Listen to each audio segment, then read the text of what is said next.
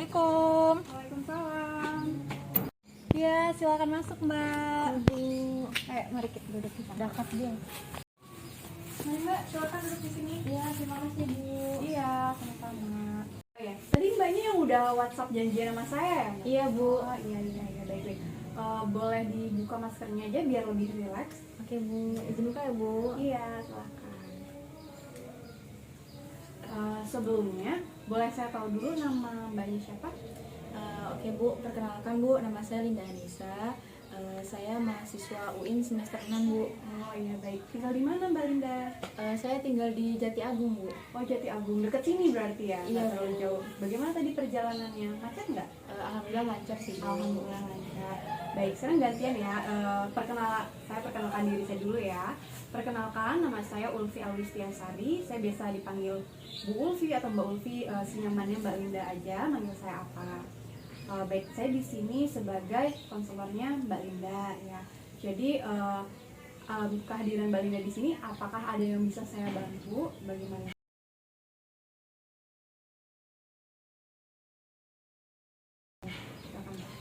Iya Bu, saya datang ke sini mau cerita gitu loh Bu sama Ibu gitu kan. Saya ini pusing gitu loh Bu, ngerasa pusing karena udah semester 6 terus itu saya ini lagi proses pengajuan judul. Jadi dari proses pengajuan judul ini saya masih bimbang dan saya juga kayak merasa takut bahwa nanti judul saya nggak diterima gitu Bu. Oh, baik, jadi udah semester 6 mau mengajukan judul ya. Iya, Bu. Selain itu, ada kesibukan lain nggak sih Mbak Linda? Apakah mengikuti organisasi atau UKM yang sangat padat atau gimana?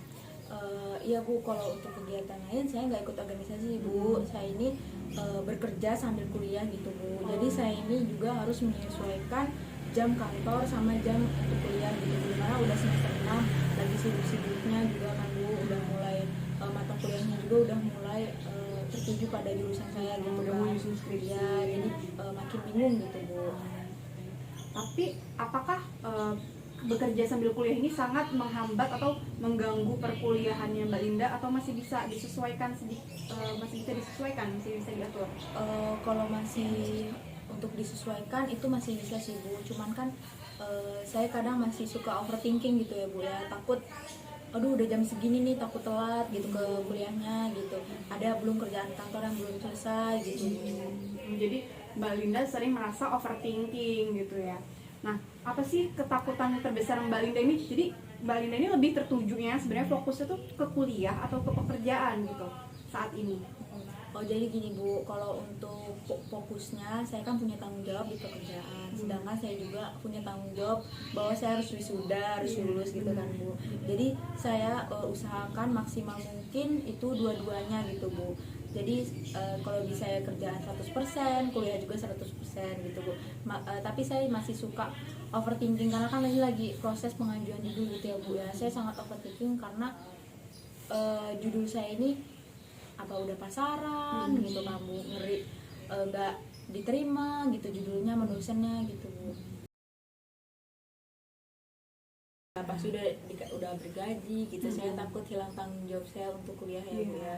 Jadi saya merasa makin overthinking karena aduh pikirannya udah duit aja gitu kan karena akan dapat uang. Iya, karena dapat uang terus gitu tapi harus nyelesain tanggung jawab kuliah dan ini makin overthinking karena judul belum di ACC gitu loh Bu.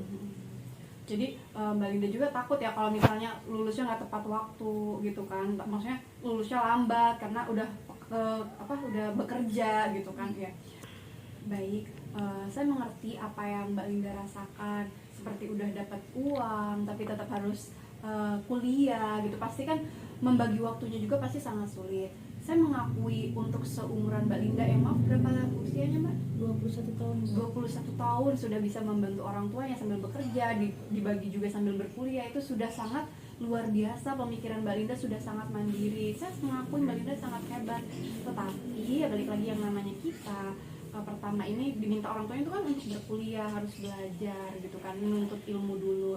Ya utamakanlah sekarang kuliahnya dulu gitu ya. Pekerjaan memang nggak bisa ditinggalin begitu saja ya Mbak, tapi tetap fokus utama Mbak Linda ini harus kuliah, ngajuin judul dulu step by step, ikutin stepnya. Jangan sampai karena Mbak Linda udah senang dapat uang malah jadi melupakan tugas utamanya di kuliah gitu. Pasti kan orang tua Mbak Linda juga ingin melihat Mbak Linda lulus tepat waktu biar bisa fokus ke kerjaannya lebih maksimal gitu kan kalau udah lulus gitu Mbak. Iya Bu. Nah, baik, jadi di sini saya mempunyai pendekatan behavioral, yaitu pendekatan kepada perilaku, konseling perilaku. Di sini saya menggunakan teknik kognitif restructuring, di mana saya akan membantu Mbak Linda untuk mengubah pikiran Mbak Linda ini menjadi berpikir lebih logis dan lebih positif. Kayak tadi kan Mbak Linda dihantui oleh rasa takut, rasa cemas, kan takut nggak lulus gitu kan. Nah, di sini saya memberikan teknik ini kepada Mbak Linda supaya untuk belajar berpikiran lebih positif. Kayak, oh iya mungkin Allah ini nunjukin saya bekerja sambil kuliah ini mungkin karena Allah tahu saya mampu. Tapi dari diri saya juga saya harus belajar membagi waktunya dengan baik gitu kan. Jadi Mbak Linda harus menyesuaikan, oh ini jam kuliah saya nih, ini jam kerja saya. Gimana caranya biar saya nggak telat ke kampus, tapi saya tetap bekerja. Jadi Mbak Linda harus mengatur waktunya. Dan untuk dari pikiran-pikiran Mbak Linda yang jelek-jelek itu, sekarang mulai diubah menjadi berpikir yang lebih positif gitu.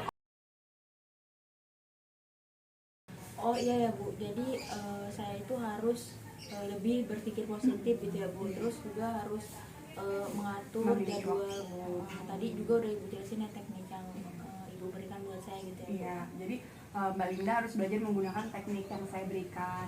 Nanti misalnya memang Mbak Linda masih berpikirannya masih cemas, takut, Mbak Linda bisa datang atau hubungi saya lagi. Kita membuat agenda lagi untuk bertemu dan berkonsultasi seperti ini lagi. Baik, Bu. Jika memang Mbak Linda merasa masih kurang terselesaikan permasalahan hal ini gitu ya. Baik Bu. Baik. Ya, bagaimana?